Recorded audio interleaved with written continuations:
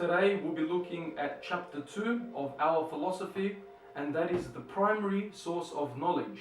That is, we'll be looking at epistemology, which is the study of human knowledge, and how we have come to know what we know, and how we know what we know is true or false.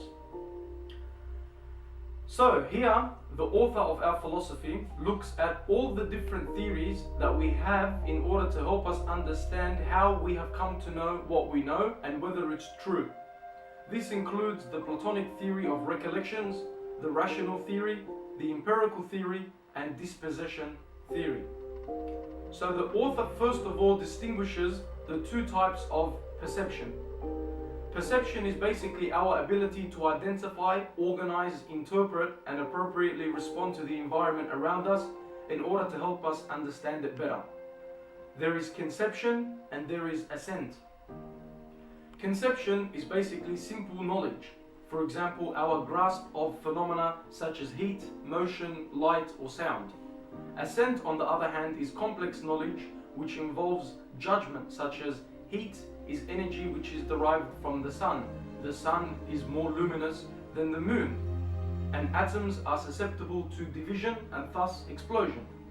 Now, the Platonic theory of recollection is a theory which is founded by the ancient Greek philosopher Plato, in which he suggests that prior to the existence of the body, the soul existed independently and it came with previous knowledge and archetypes of knowledge. Aristotle later came along and disproved the theory, and the author also concurs with Aristotle that it is false because the soul does not exist in some sort of abstract form prior to the existence of the body. Rather, the soul is the result of substantial motion in matter. Now, the author goes on to make the case for the rational theory as being the most plausibly sound theory to explain human knowledge and its origin and its source. European thinkers including David Hume, Descartes, Immanuel Kant and Berkeley also agree with the author. The rational theory asserts that along with sense perception, such as conceiving heat, sound, light and taste, there is also innate nature through the human mind, whereby it does possess ideas and conceptions that are not derived from perception, but rather they exist necessarily and independently from sense perception. Our senses that we use to perceive phenomena are only the source of understanding these simple conceptions and ideas, but they are not the source. Thus, the rational theory asserts that many concepts are indeed innate and a priori. The empirical theory, which was first propounded by John Locke, asserts that only sense perception is the primary source of knowledge, and that there are no innate or a priori ideas, and that all of our ideas and all of our conceptions are derived from sense experience, for example, through scientific experimentation and nothing else. However, the empirical theory, as admitted by David Hume, it fails to explain how we form such concepts as that of causality, for we know that all that is derived from the senses is succession of events, not causality. For example, we know that water becomes a gas when it is heated, it becomes a solid when it's frozen, and particles expand due to heat, and that a pencil falls to the ground due to gravity when the table that it rests upon is moved away from underneath it. Our senses provide us with this sort of information. However, it does not provide us with the relation between the two phenomena acting to produce cause and effect. It only shows us the succession of the phenomena.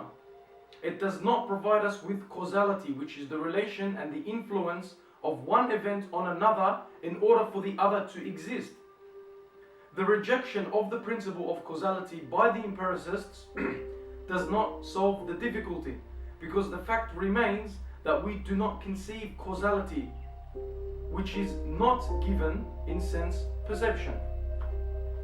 The final theory that the author goes on to describe is the dispossession theory, which is favored amongst the majority of Islamic philosophers. According to this theory, there are two kinds of concepts. There are primary and there are secondary.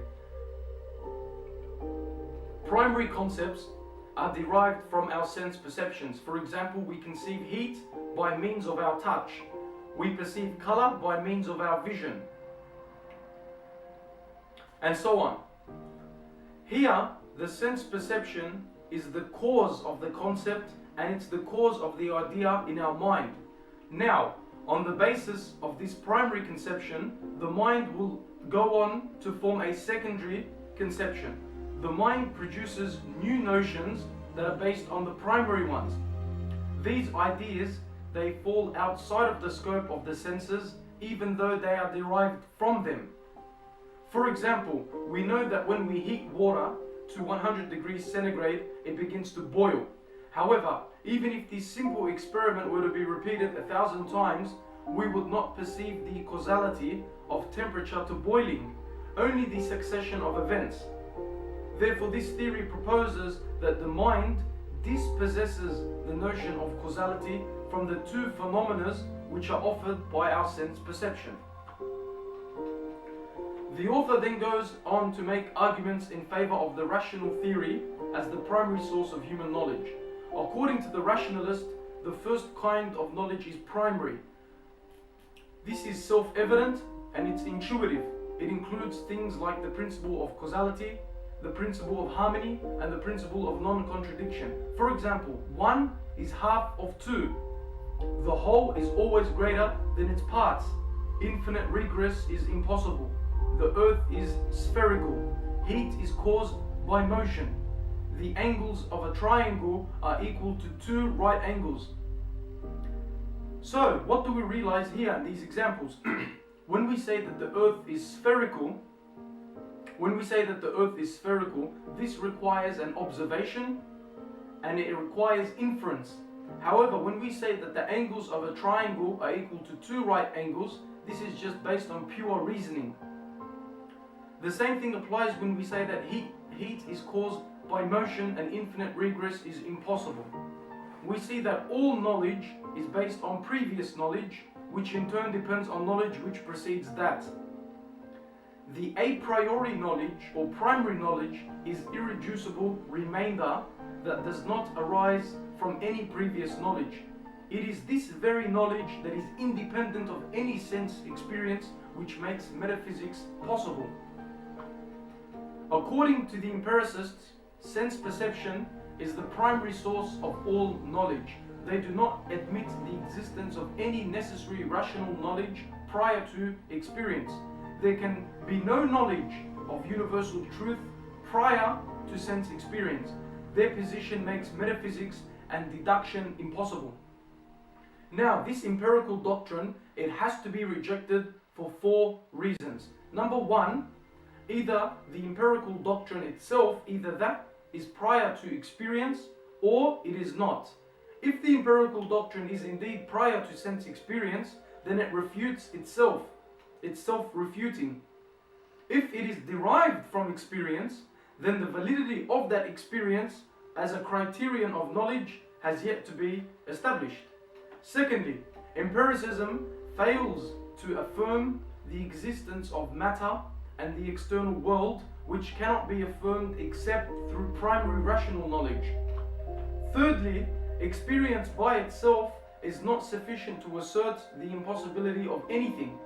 All that sense perception can affirm is the non-presence, or at most non-existence. The notion of impossibility can be accepted only on rational grounds, not on the basis of sense experience. And fourthly, and finally, which brings us to the final point to wrap up the video, the principle of causality cannot be demonstrated by any means of the empirical doctrine. All that sense experience can affirm is succession, not causal necessity. Thank you.